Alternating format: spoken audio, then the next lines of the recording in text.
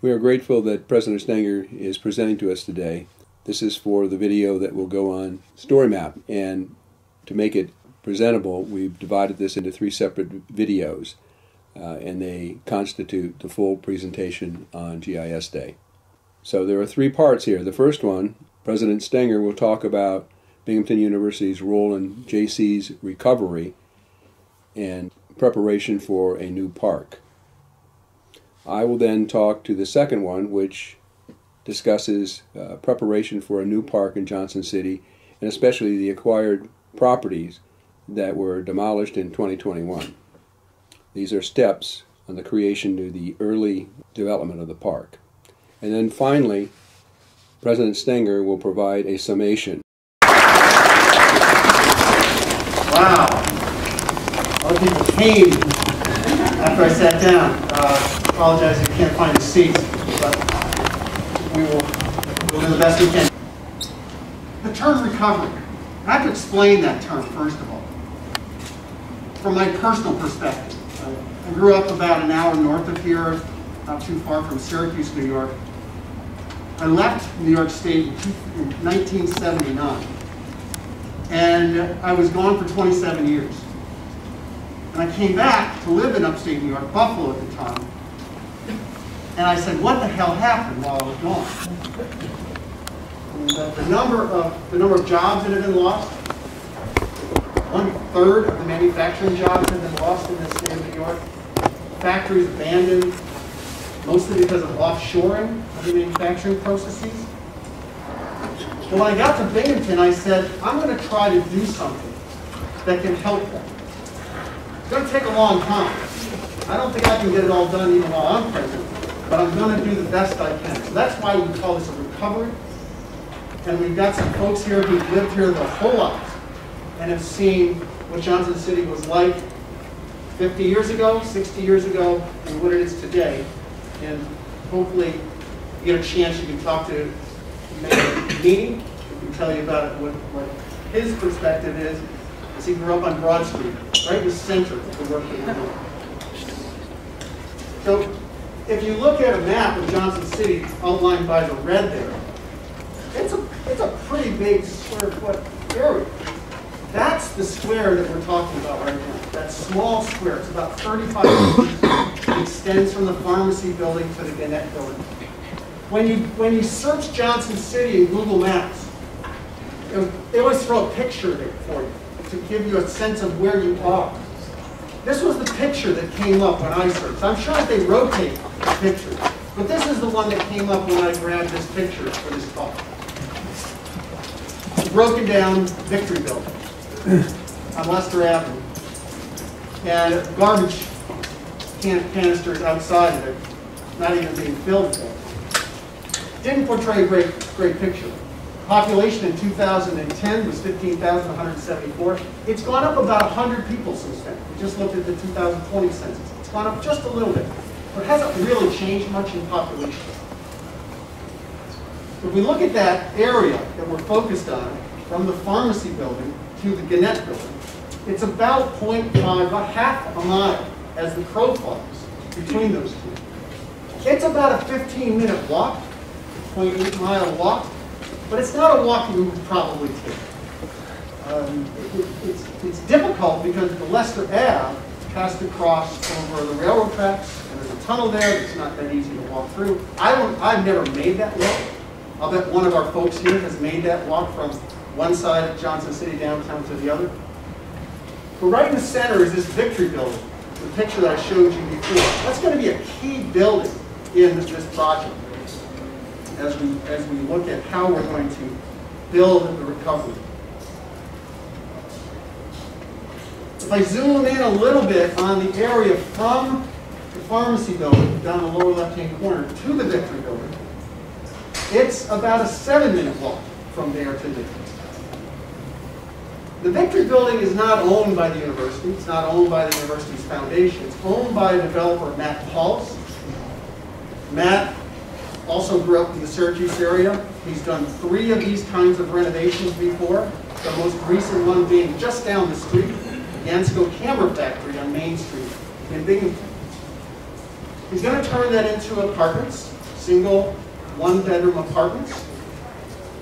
He started construction. It's a big, expensive project, but we know Matt will do that. And people will live there who will want to walk to the pharmacy school. There'll be professors, faculty, staff, students as well living in the Victory Building. Walkability is critical to the success of any downtown project. So how do we make it more walkable to get from pharmacy to probably the major housing in this area? How do we improve that? So that's been the goal for the last, we started this in 2013 with an idea of building a pharmacy school. And the pharmacy school is now located down here at 96 Corliss Avenue. Construction's been completed for about 4 years. We graduated our first class of pharmacy students last year. It's a 4-year doctoral program. Very successful program. 100% of the students after they graduated were placed in positions as pharmacists. The scale here, going from 35 acres up to the Gannett Drive, just kind of gives you an idea of where we're zooming in. 35 acres is not a lot of area, but when you're trying to make it walkable over existing construction, it's not easy to do that. So this is where we are right now. This is kind of the big picture of where we are right now. The blue, things that are in blue, were purchased by the Binghamton University Foundation. And it's kind of a complicated relationship. The Binghamton University Foundation, a separate 501c3 corporation that manages our endowment, manages our real estate acquisitions, buys things, but then transfers it to the state. So all of the blue down here has been transferred to the state of New York and is owned by the state of New York, but was purchased for, in fact, in one case, 42 to 46 Corliss, was gifted to the university by an alum. So the blue right now is kind of our footprint of the health sciences campus. It's really important to recognize the partners that we have. We've got the Goodwill Theater right here, and I'm Krajian and the work that she's been doing to create a theater program right in the middle of our footprint. Not shown here, but up off the left-hand corner is UHS Wilson Hospital, a great partner for us. And the reason why we built the pharmacy school there and put the nursing school there is because the students who do their clinical rotations in the hospital can walk to the hospital. Again, walkability is going to be critical. So let's kind of go block by block and talk about what the plan is right now in order to get us from the pharmacy building up to the Victory Building in a safe, walkable manner. So we start on the left-hand corner here, 60 Broad Street, 85 to 99 Corliss Avenue. Purchased, vacant when we purchased them. And there are 2 buildings there that, well, there was a series of buildings in the lower part, the blue part, and the orange building in the upper right. They've been demolished, and they are now grass right now, just grass growing. But eventually, we anticipate that this will be a parking garage. UHS, if you've been to Johnson City, UHS has a parking problem. And they would like to partner with us to create a parking garage at the 60 Broad Street site.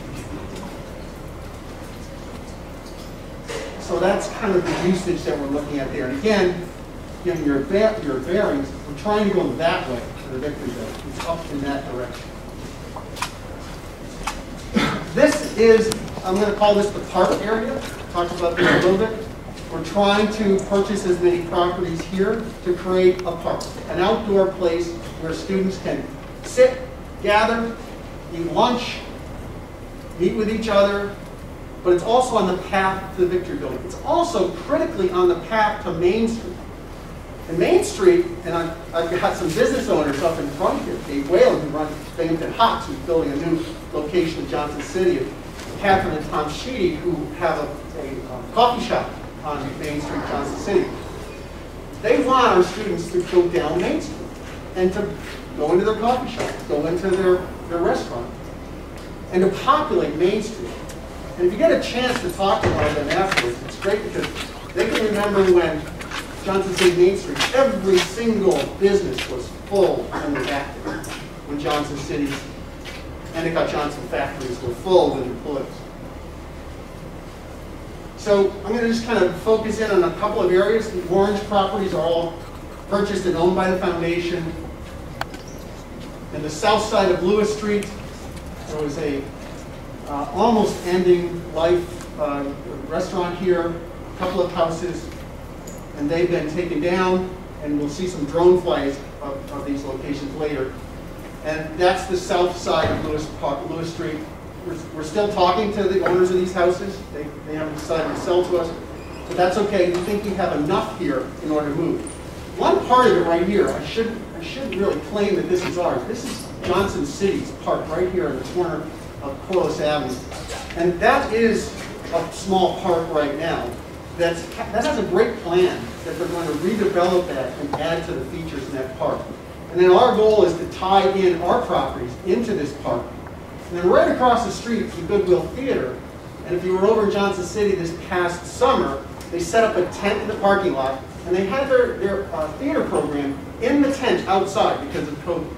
So it's a very active area in here that we think a park would really be highly utilized. If we look at the north side of Lewis Street, there's two buildings there. Again, both unoccupied, purchased by the University Foundation, and they've been demolished, and that's the extension of the park across the street. If you keep going to Main Street, there's a dentist office. It's a pretty nice building. It's been a dentist office for a long time, and we purchased that. We're not going to tear that down. We're probably not going to start a dental school. We're probably not going to have an operating dentist here. But it's a great building that we could use for university administration. For example, we have the nursing school and the pharmacy school over there. They have some needs that they can't fit in their building already. They've already grown out of some of their needs. And so we could use this as an administration building to support those campuses, those campus buildings that are in Johnson City. So short-term administrative offices. Long-term, we kind of call it the Main Street Retail District. And so owning some of these properties along here, the university probably wouldn't run a retail operation, but it certainly could lead to a popular venue that might want to move into. We go to the right of that. Again, now we're think about the path. We're trying to get from here to there. It's kind of off the beaten path, but an important part of the project are we purchased these orange properties. They've all been taken down, and the grass has been planted there. 27 Jennison is very interesting. We purchased this in about 2016. It was from a donation of the Ford Family Foundation, not the Ford Automobile Company, but the local Ford family, which was one of the IBM original families. And that foundation gave us money to purchase that property and to build an elder care clinic, a walk-in elder care clinic. And we're partnering with Lord's Hospital in order to put that there. It hasn't been constructed yet, but it's been designed. And it's an engineered solution, so it's going to be actually delivered and brought to that location. These properties, as I said, have been demolished and torn down. 164 Main Street was an old laundromat that we've taken down. We also found that when you do these demolitions, you have to make sure that anything that's in the ground is safe. And so you have to do what's called a phase 2 environmental study. And some of these sites have had some problems that we've had to deal with. So it's also important that we know that we're responsible for the cleanup of anything that we find under these properties. So again, short-term demolish. So there's parking for these areas, and long-term Main Street retail operation. And there's the parking. One of the things that we found out when we were over there is that even though we owned this property here, we didn't own this property here. This property was owned by this person, this office here, which is the Binghamton Realty Association. And so we worked out a swap. And they gave us this, which is a parking lot, and we're giving them this as a parking lot, so that we can have full access to the Corliss Avenue properties and pharmacy. 140 Main Street, that's the laundromat that's been torn down. Again, short-term property rental, long-term Main Street retail. And then Mary Myers Studio, a salon down the street. attractive building, not occupied right now, won't be torn down, but will be used for property rental for retail business.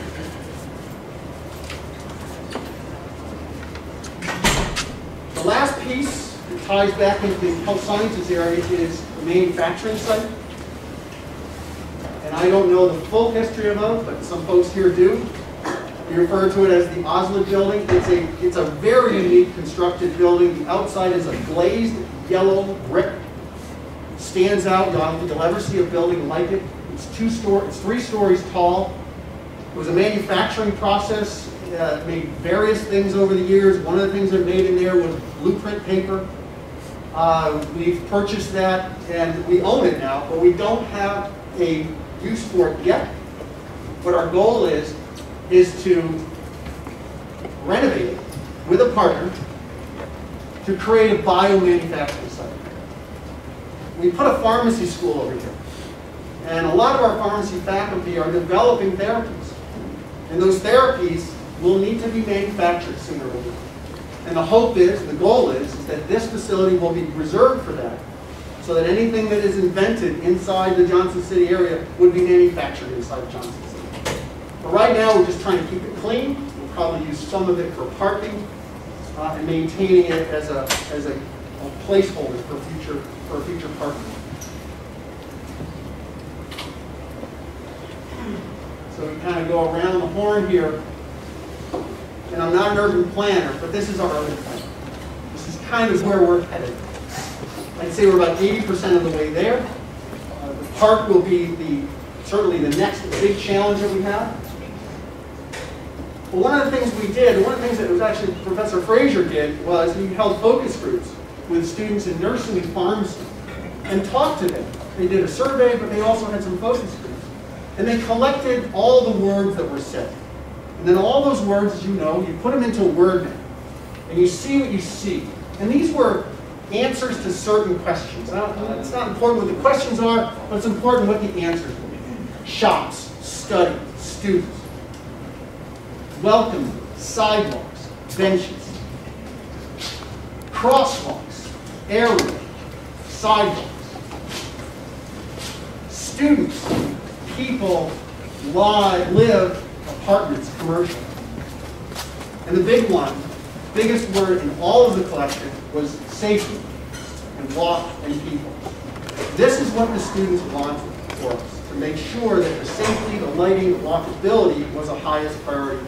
And that went into the factors of how we selected the properties that we have purchased.